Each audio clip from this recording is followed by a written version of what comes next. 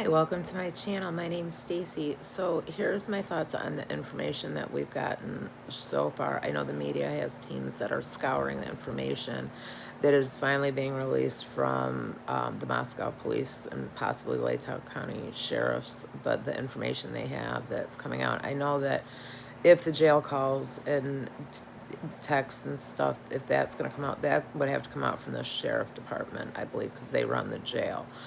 But of the information that has come out that has been reported on by the media, because obviously I don't have access to it until the media releases it, is the what happened to the victims, and it's just horrific.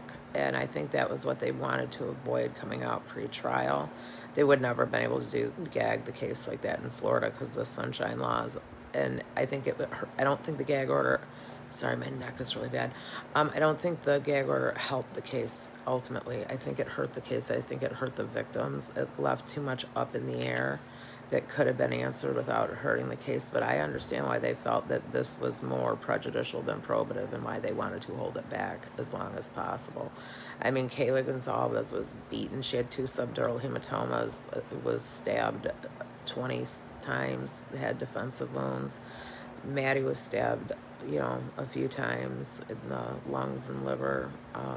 Kaylee got it in the lungs and the heart. Xana was stabbed over 50 times. I mean, and she had defensive wounds. I mean, how horrific. How horrific. What I think is more horrific is that the families found out hours before we did. And I think that to leave them in the lurch for 2.5 years, I think is cruel and unusual punishment that they wouldn't inflict on Kohberger. Because first of all, he doesn't have emotions that they could inflict punishment on. They'd have to physically. And that would never happen here. And I'm glad for that. At least it should never happen here.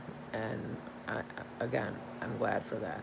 Now, in the prison culture, what's going to happen when he, is his typical arrogant, rude self and offends one of these guys in prison? Well, that's when, he better hope he knows how to actually fight, a grown man. But I just think it's sad and horrible that the families had to wait so long to find out, and that they're having to find out so much of this information along with the public. And my prayers are with, the Gonzalez family, the families of Ethan and Maddie and Xana. I mean, just so sad. And I'm so sorry for their loss. My thoughts and prayers are with them as this case winds down. I hope that